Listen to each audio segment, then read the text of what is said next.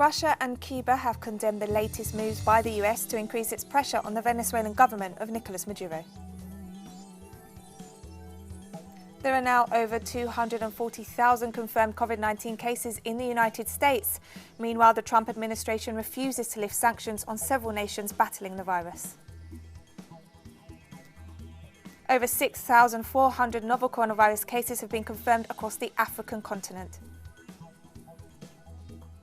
From the headquarters of Telesur English in Havana, Cuba, this is From the South, I'm Katrina Goss.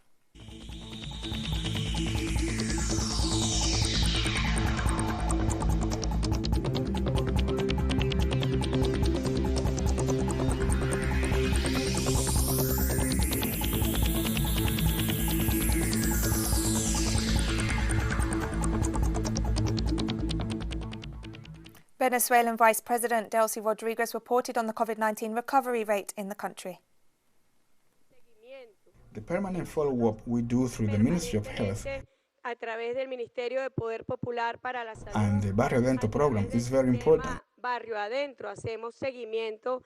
We follow up each case, including those who have recovered. 5 patients are hospitalized in intensive care.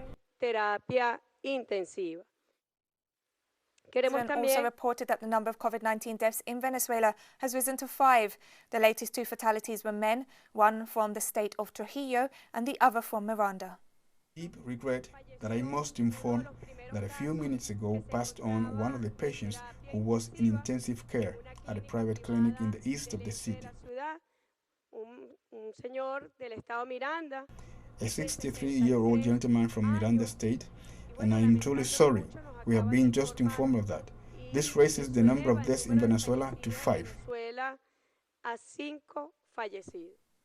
Russia has accused the US of trying to take advantage of the coronavirus outbreak to overthrow the Venezuelan government. Spokesperson for the Russian Foreign Ministry, Maria Zakharova, stated that several countries are seeking to take advantage of the difficult situation in the world and in Venezuela to promote a coup against legitimate President Nicolas Maduro. The diplomat also reiterated that Moscow opposes the blocking of assistance to Venezuela through the International Monetary Fund and condemns the far-fetched drug trafficking accusations against President Maduro launched by the Trump administration. She stressed that ways should be sought to help the people of Venezuela during this health crisis. Cuban Foreign Minister Bruno Rodriguez questioned the deployment of United States warships in the Caribbean to supposedly tackle drug trafficking. The head of Cuban diplomacy stressed on Twitter that the military operation announced by the US government involving the deployment of warships and special forces near Venezuelan coasts is a serious threat to peace in the region. He also noted that the alleged fight against drug trafficking is just an opportunistic pretext. Ecuadorian President Lenin Moreno recognized on Thursday that official records of the novel coronavirus outbreak in Ecuador are far from the real numbers. Moreno noted that there are thousands of positive cases and there have been hundreds of deaths, but some cases are only reported as suspected and not confirmed. I have set out that using all possible mechanisms, the information must be transparent. It does not matter how painful it may be. We have to make it clear. We have to tell the truth. We know that official records fall short in terms of both the number of infections as well as deaths. Reality always exceeds the number of tests and the speed with which care is provided. And the National Emergency Operations Committee of Ecuador announced new measures to tackle the COVID-19 epidemic. Restrictions on movement will be imposed according to the situation in each province of the country, which will be indicated using a traffic light system of green, yellow and red risk alerts. Schools will remain closed and interprovincial transport suspended for a month.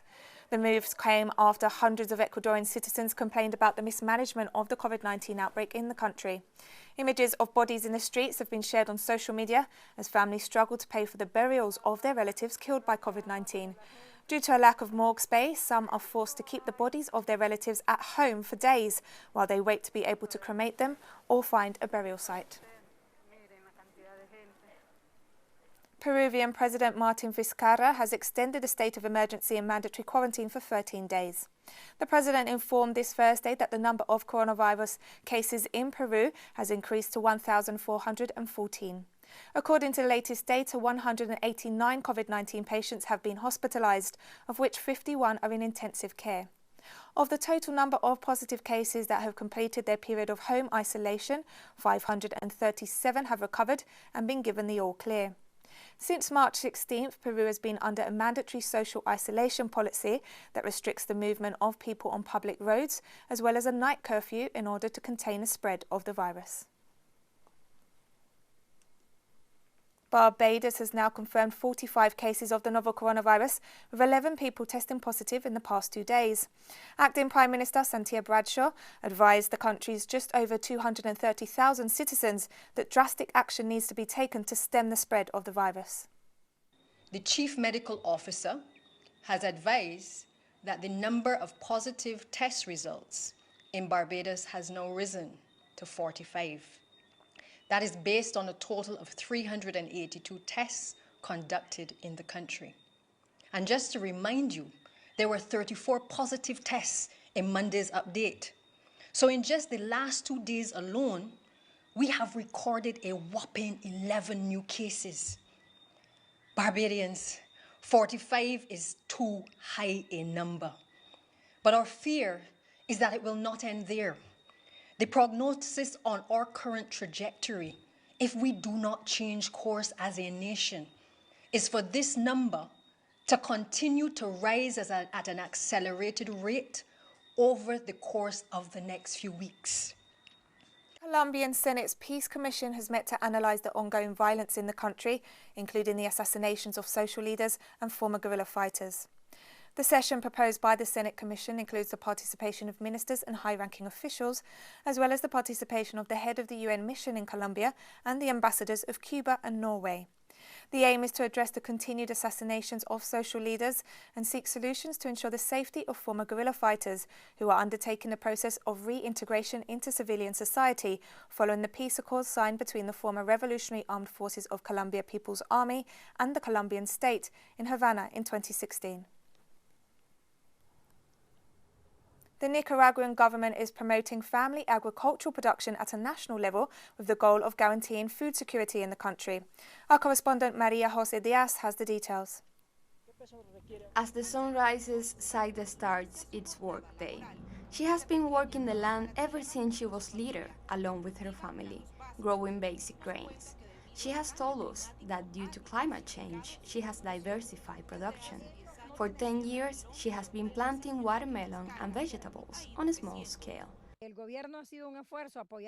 The government has made an effort to supporting us truly with business initiatives, with small economic projects, training, enterprise, so that we can have our own company. This production is small scale. It's a business initiative to produce and sell food. Contribute to the country, contribute to its development. We are already doing it with our production. Small producers have technical assistance visits 3 times a month. These visits are intended to monitor some pests and diseases that are present in times of crops.